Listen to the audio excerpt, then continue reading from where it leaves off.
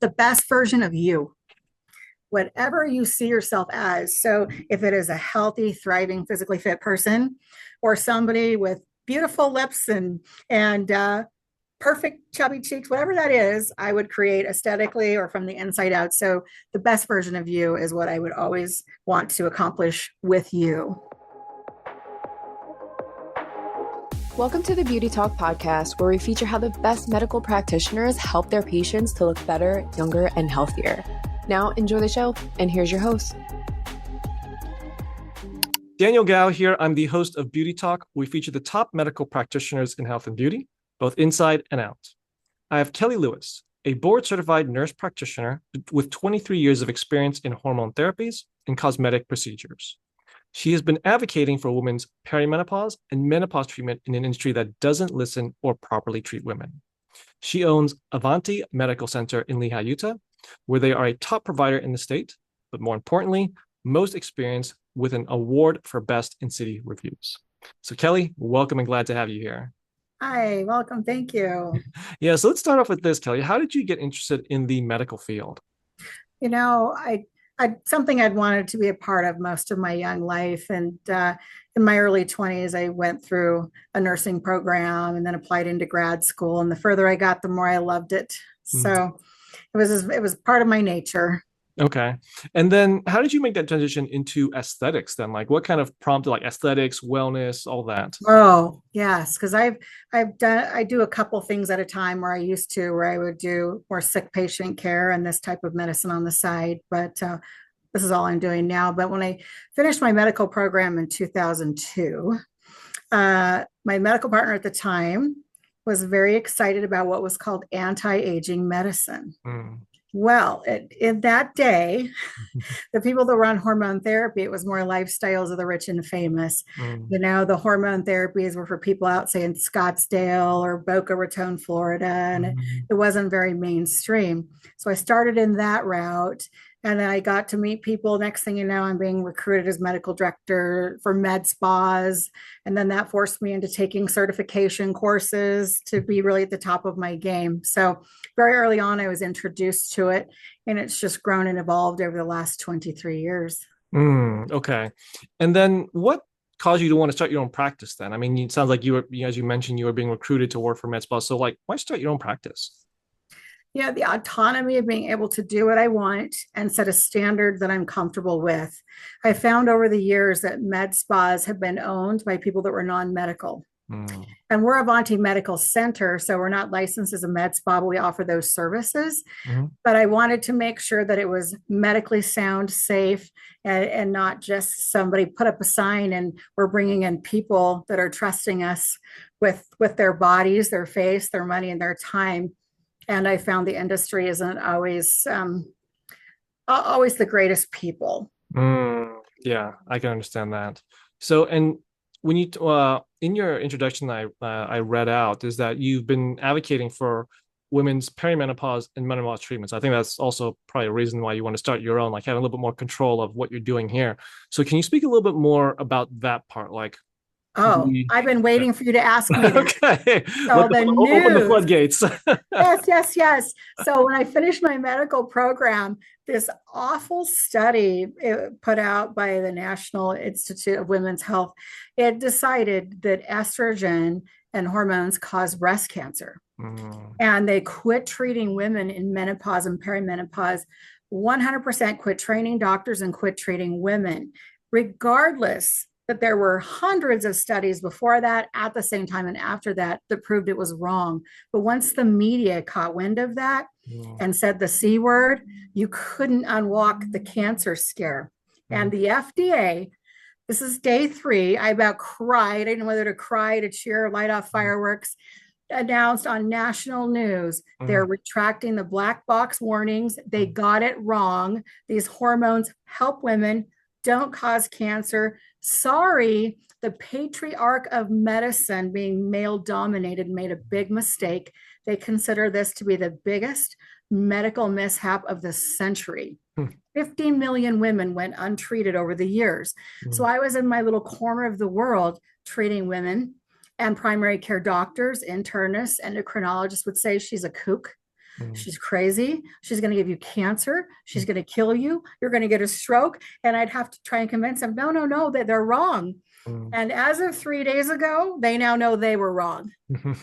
So I'm super excited for what this could mean to women as a whole. And because most doctors will tell you they've had less than 1 or 2 hours of menopause or perimenopause training, they don't know what to do with it. And I know we are many years out from properly trained providers. I feel like doing this for 23 years, you'd have a hard time learning more than what I've learned by just listening to women for nearly a quarter of a century, by listening and then treating. You can't treat somebody if you don't listen to them. Yeah.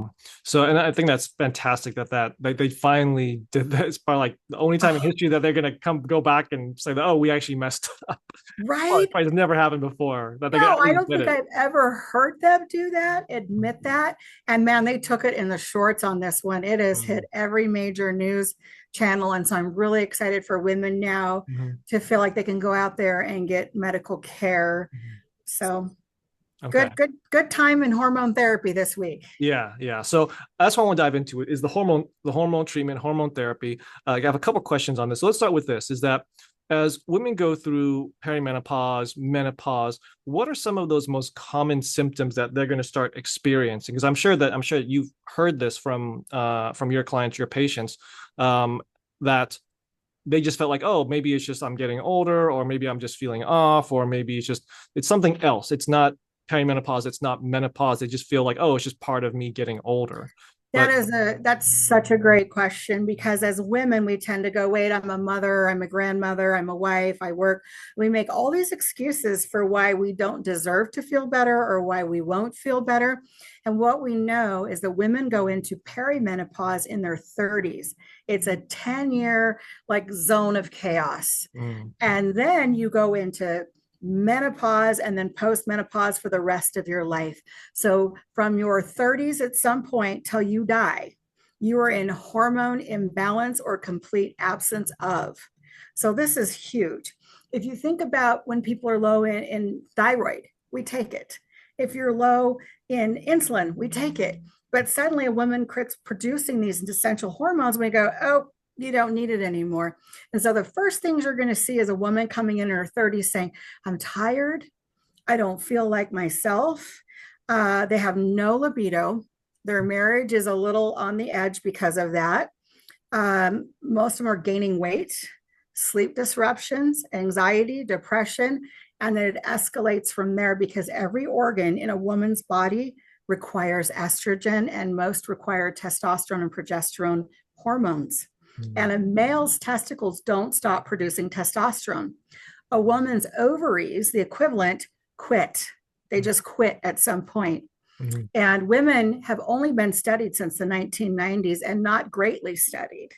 So there hasn't been great information on this. A good example is if a woman presents with hot flashes or night sweats. We've all heard that one. And the doctor will give her a little bit of estrogen and say, this should fix it. Never running a lab level, never following up a whole lot, just we hope we helped her. And meanwhile, she's at risk for osteoporosis, dementia, heart disease, and they're not on enough treatment to prevent anything. We're just preventing a symptom, not a disease. So up to 60 to 70% of all Alzheimer's dementias are caused from no estrogen. Heart disease, the number one killer of women, estrogen, no estrogen. 100% of all osteoporosis, falls, fractures, no estrogen. It's insane. Women walking around in diapers, no estrogen. The ones that are sneezing and peeing their pants, no, not enough estrogen. And also there's a lot of sexual disruptions as well, with very painful intercourse and other things related by not having hormones to support your genitalia. So it's a very debilitating to the women. So if you've ever been to an assisted living or a nursing home, I call those factories and homes for women not treated for menopause. They're full of women that were never treated because of the falls, fractures, and dementias and diapers and all those things. Okay. So it's catastrophic. Now, between perimenopause and menopause, from a symptom standpoint, is there a big difference between the two? Like for perimenopause, are they going through like just kind of small smaller symptoms, and then when they hit menopause, it's just larger, or is it varies? Like perimenopause, you're going to experience this, but in menopause, you're experiencing something completely different. Oh, that's great too. So in perimenopause, there's like this lane we drive down as women, and many of us have the similar, maybe we can't lose weight, the fatigue, low libido, anxiety, no results at the gym, things like that. And then we spend that 10 years of chaos, and then we hit the menopause, which will be 1 year without a period.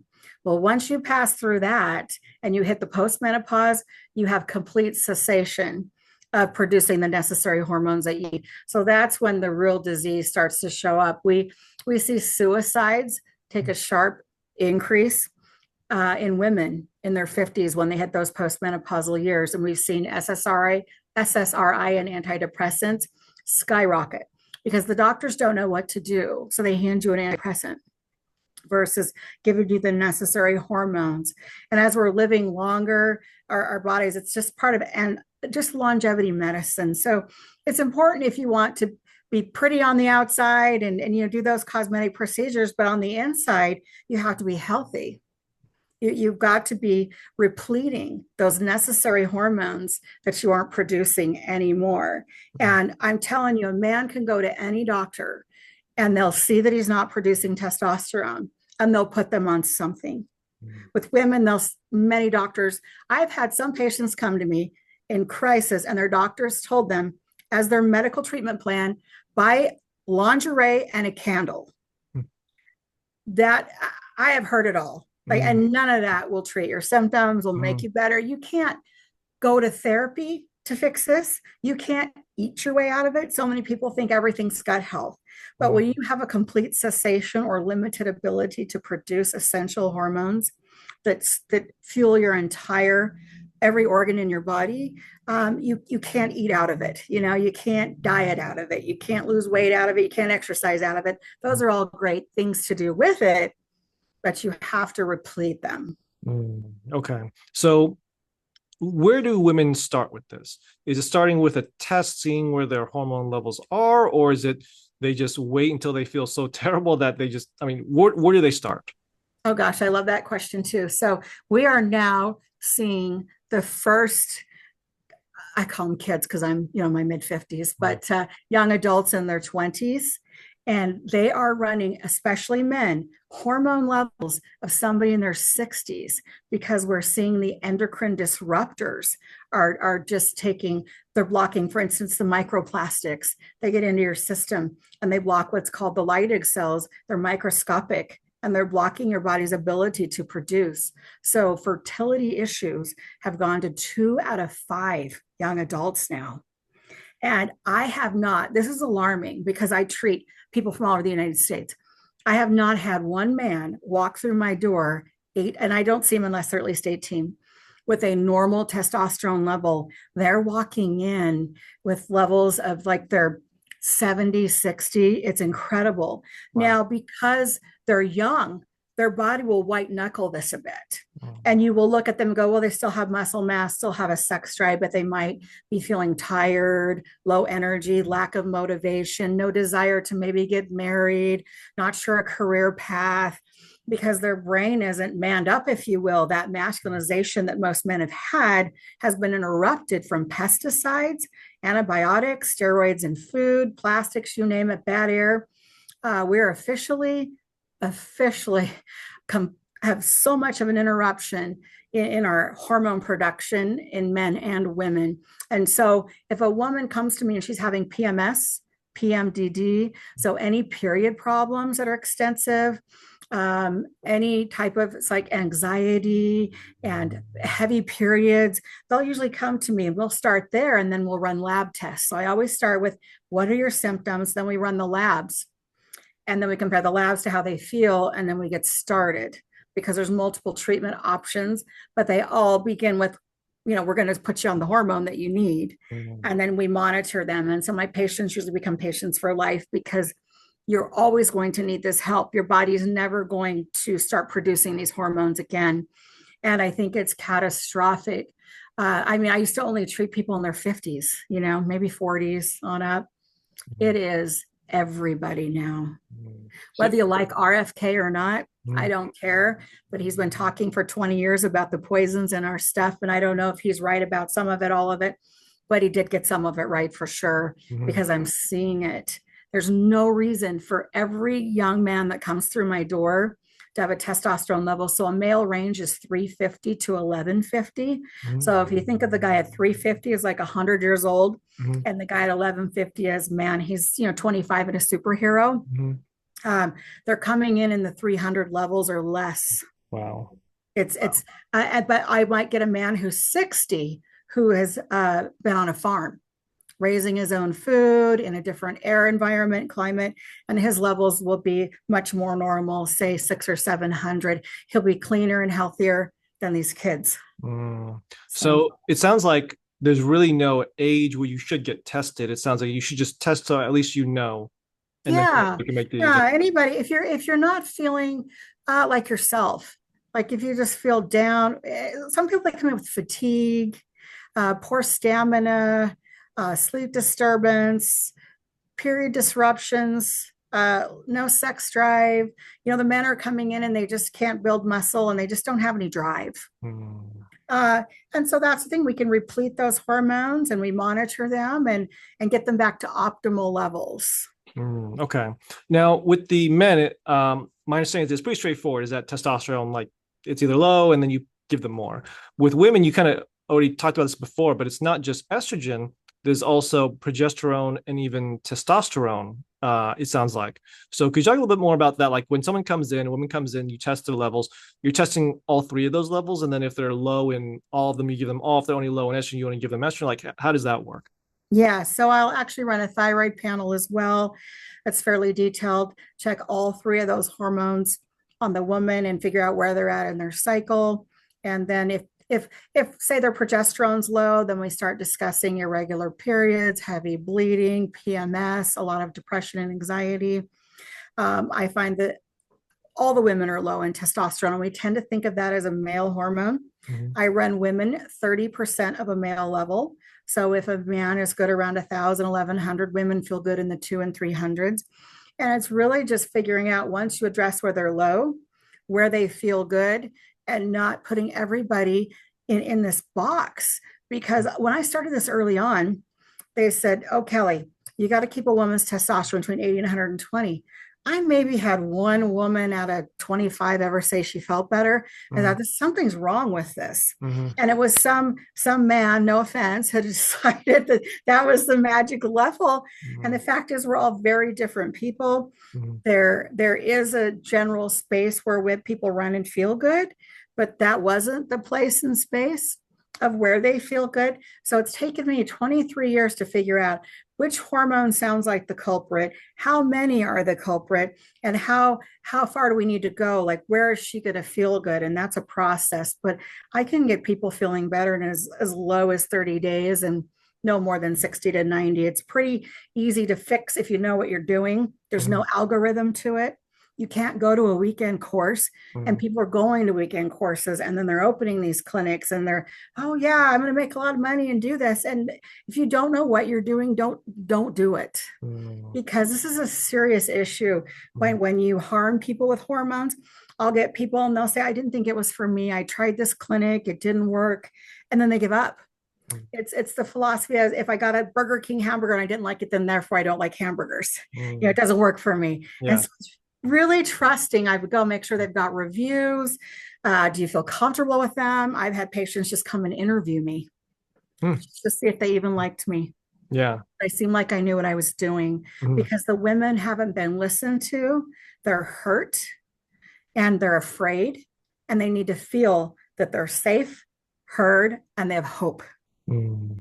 Now, within that question, you mentioned as far as some of these things you want to look for if you're looking for someone who can help with this. What are some of the red flags as they're doing the search, that if they see this, that they should kind of throw up some caution and maybe they want to keep looking? What are some red flags that you would Oh, I that you love would? that. Gosh, I love all these questions, but you get me going on this. I go for hours. So, if they just tell you testosterone isn't for women, you don't need that, or I'm just going to give you enough estrogen to get you out of some of your symptoms, not fully treat you. If they're not going to be running regular labs, if they don't seem to understand how they all three work together, where the estrogen piece is, what the testosterone piece is. So you'd want to have them be able to explain to you what each hormone is for, what it does, how it correlates to your symptoms, and how they're going to manage that and how closely they're going to manage that, because they shouldn't just hand you something and say, see if it works. That there should be follow-up. There should be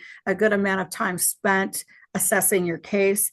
And they should know a lot about all those hormones, and realize that especially in peri and postmenopause that you're going to need all those hormones. If somebody says, nah, you don't need that one. I've been to a conference where a doctor said, don't give women estrogen. They're going to call you on a Saturday and they might have breakthrough bleeding. And I just thought, shame on you, because you can prevent heart disease and osteoporosis. So many things can be prevented by basic treatment. I've saved so many marriages, women that produce maybe their testosterone. If this is a gauge, if men are 350 to 1150, but younger men around 900 or 1,000. Well, that's how it used to be. Now they're struggling too. And a woman's down at a 5 or a 6, and they'll tell them that's normal. So if they're hearing somebody tell them that it's normal and a range is really low like that, they need to understand there is no established testosterone range for women. There's no FDA approved treatment for women with testosterone. So doctors are prescribing a male form and say, try 3 pumps, try 4 pumps, try this, try that. That's hodgepodge. That's somebody they don't know what they're doing. They're just trying to help. And primary care is not the place to start. They have not been trained. I learned none of this in school. So you've got to get out there and self-train, and then you look for somebody who's got a lot of experience. Okay. Great. I wouldn't go to somebody who's 30 years old and says they're a hormone expert. Come on. I see it all the time. Yeah. Like, listen here, little girl. Okay. Now, Kellie, I want to talk about delivery mechanisms, because from what I've heard, there's different ways that you can take hormones. There's the shot, there's orally, there's the pellets. What are your thoughts on these different modalities? Is the one that you like? Is the ones that you don't like? Does it just depend on the situation? So could you talk a little bit more about delivery mechanisms? Okay, that's great too. So initially, people that are, I think, a little less trained and they're still figuring things out, they tend to start with the creams. I started with the creams with people. I didn't get great results. And here are some of the problems with the creams. And it may work for some. I do have some patients, not a ton, but a few that prefer that route. For instance, when I run their blood tests, they're not improving. And they're absorbing into their clothes. So they put it on and it's active for 2 to 3 hours on their inner thigh. So it's transferring to underwear, like boxers, it's transferring to jeans, leggings, whatever it is, and they're not fully absorbing it. If you're wearing shorts and somebody's on your lap, that person's getting it. If you're putting it on at night and you're into it with your husband, he's getting it. If your husband's on it, I've had women come in with the testosterone level above 1,000. I knew her husband was on cream and she was getting it. So the transferability, the absorption is not predictable. Dry skin, oily skin, clean skin, hairy skin, all those things. And you can tell somebody, hey, you got to leave it alone for a few hours. You can't shower, and give them all the instructions. So it's just less predictable, but it's doable if they're willing to listen, be compliant. It's a popular option for telehealth because you don't have to see them. You can prescribe it anywhere. So there's that. It's very 20 years ago, but still, if that's what people want, I'm happy to go down that road with them. The next one, shots. So the cream is biologically identical to what we make. Shots are synthetic. And I'm not opposed to that. That can also be done telehealth. You don't ever have to come in. And so it's a little popular like that as well. But if you think of it, it kicks in and you do about a shot every 7 days. So you're going to say you're going to take your shot on a Monday, and it's going to kick in 2 to 3 days, peak, come down. So every day you wake up a new number because it changes every day. Yeah. So when I personally have tried shots, and I've tried them all, I wanted to experience everything. And over 23 years, I would have experienced everything. I found that I felt good for 2 or 3 days, and then I just kind of felt meh.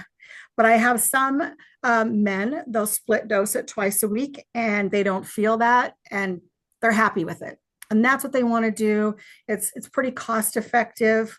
And if they feel good, and they're willing to do their shot every week because a lot of men aren't loving things that are compliant.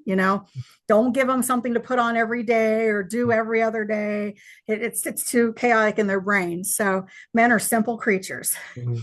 So at least I found when I work with them. But Yeah. so I do have plenty of men on shots, and they feel great on them, and that's what we do. I'm probably primarily a pellet practice. That goes back to biologically identical again. Men love that because they get it twice a year. I do a little implant in their hip, and then they're good to go for 6 months. I get a level at 30 days. If they're rocking where they're supposed to be, they're good. That body forms its own blood supply around it, and it pulls from it when it needs it, and you go up. So you're going to peak up here, and you're going to live in this range where there's no symptoms, and then they're going to pack and see me. I'm going to pop it back up, because once a man drops below a certain level, and it varies person to person, they don't feel as good. So you get comfortable with their range and their dose, and I see them twice a year. Same thing with women, but I see them quarterly because their doses are smaller. So for convenience, I can also tell you, I feel better with something in me than something on top of me like a cream. I don't feel like it's part of me so much. It's like I'm putting it on like perfume or something. But when it's inside of me, there's something intrinsic about it where I feel like I'm almost doing it for myself. You get a little cocky. Well, I don't think I need that. I'm great. And then it wears off and you go, ooh.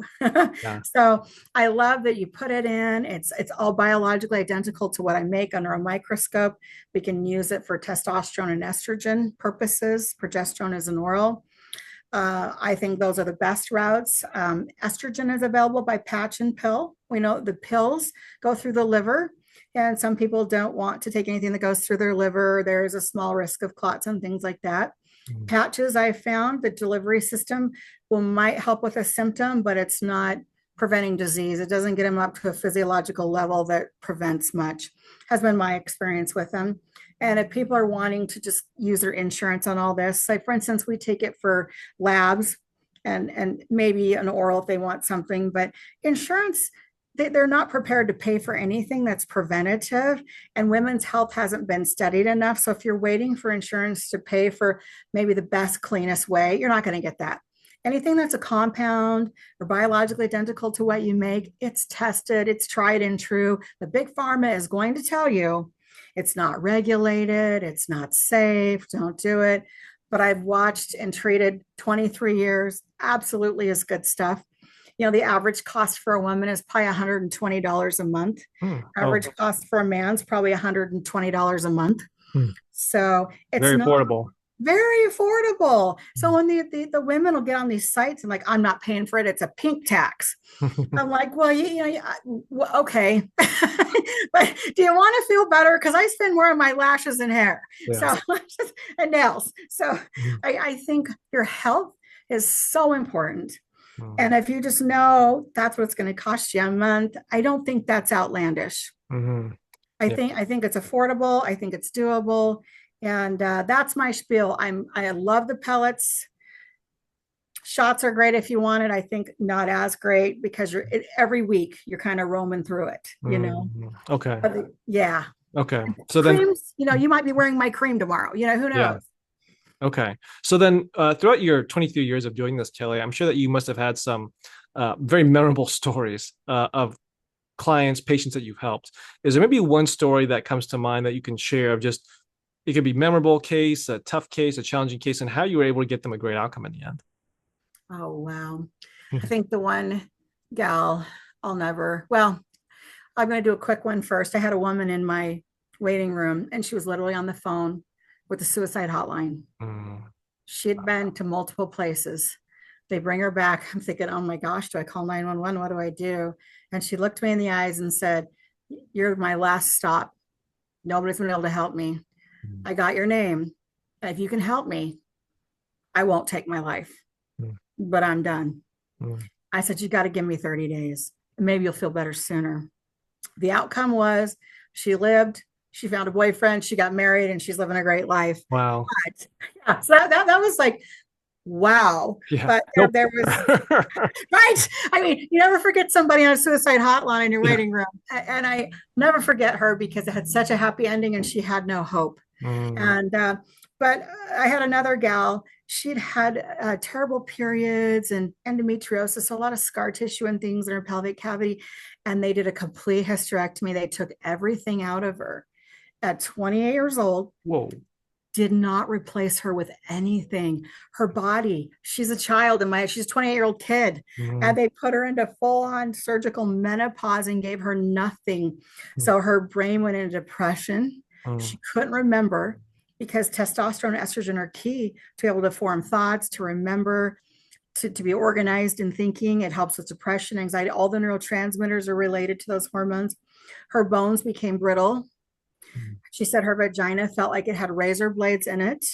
She went into her bowels wouldn't move properly. They were freezing up. Her gut was freezing. Her joints were hurting. And she was just a depressed mess. And they kept running her through tests. They sent her in for MRIs and upper GIs and lower GIs. And we can't find anything wrong with you. By the time she came to me, as referral, I said, you're none of those things. They put a 20 some odd year old child into adult menopause. So your body went from being young and healthy to 70 in one surgery, and they didn't give you anything. So your organs are failing, shutting down, not responding. Your whole body is in absolute serious chaos. And within 30 to 60 days, she was completely normalized. Wow. And she'd cry. Why don't they know this? Why don't the doctors know that when they take everything away from somebody my age, that I need hormones? Like, why don't they know? And I don't have great answers other than I'll make jokes and call it a wiener world, right? Because we got Viagra, Cialis, hair club for men, testosterone. We got this male, a lot of things for men, but you don't see that for women. And they're not trained in programs. And if they aren't trained, they can't help. And then that one bad study, now they say it's not safe for you. I could give you cancer. So I never forgot her. She's still a patient of mine to this day, and she's thriving. Wow, fantastic. And so it's a great outcome, but I think how many others are there like her out there? Yeah. So surgically castrated and left. Yeah. So what do you think the future of hormone treatment's going? I think primary care will be trained. They're going to start training. My thought is if somebody were to enter medical school this week with what they know now is not causing cancer, 10 years from now, when he or she gets out, they will have had training to teach 10 years from now if they get through the medical program. Now, they might integrate it in somehow in students actively right now, but they haven't put the time into the research. They haven't been following the women close enough. So I believe they're going to try. I think you're going to have accessibility to it, but it's not going to be full treatment. It's not going to be enough to probably prevent all the disease and to make people feel their best. So I think we'll get there over the next 10 to 20 years. There's going to be ongoing awareness. Everybody's going to be trying a lot harder to help, but you don't know what you don't know. Yeah. And if you're waiting for the FDA to come up with something that's going to work for you as a woman and something your insurance is going to cover, I would say absolutely try and find somebody, budget it, find somebody that's good and just budget it. And if one day the doctors are the beginning and the end of all hormone therapy, great. But it's until not that day. Until that day, I would love to see you. Okay. So what is your vision for your practice, Avanti Medical Center? I see every patient that comes through this store. I used to have another provider or two, and then it was difficult for me. I need to let some of it go as we're growing. So my goal would be to be able to see more people and train more providers and get them trained right, so that the net that I can cast out into women's health. And I can do telehealth for people that want to do the creams and the ones that want to do the shots and those things I can. And that would be awesome. But for the ones that want to just see me, only me, and we're going to be doing pellets, then I'll be here till I drop. Wow. But I'd love to grow and cast the net wider and educate. That's a wonderful vision. So Kellie, I have one last question for you, but before I ask it, I do want to point people to your website at avantimedicalcenter.com. Now, last question for you, Kellie. What does beauty mean to you? God, it makes me almost tear up. The best version of you. whatever you see yourself as. So if it is a healthy, thriving, physically fit person, or somebody with beautiful lips and perfect chubby cheeks, whatever that is, I would create aesthetically or from the inside out. So the best version of you is what I would always want to accomplish with you. Well, there you have it. Kellie sharing her expertise. So Kellie, where can people contact you in your practice? Avanti Medical Center. So we're in Lehi, Utah. So that's 801-691-7748. Smartphones, they just don't make me smart. But yeah, and they could give us a call and set up an appointment, and doing consultations for new patients all the time. And I've done them all over the world through telehealth as well, just to help people understand at least what's going on and give them an opportunity to get some care. Awesome. Wow. Kellie, this was amazing. Thank you for coming on. Thank you for sharing knowledge, and we're going to try and spread the word. Thanks for all those great questions. Can I get excited about it? Yep, definitely. I'm like one of them Southern preachers in the South, you know. Oh, it's such an important topic, but thank you. I appreciate being on your show. My pleasure. Thanks for listening to the Beauty Talk podcast. Any questions, please contact the practice directly with the contact information provided during the show. We'll see you again next time. Bye for now.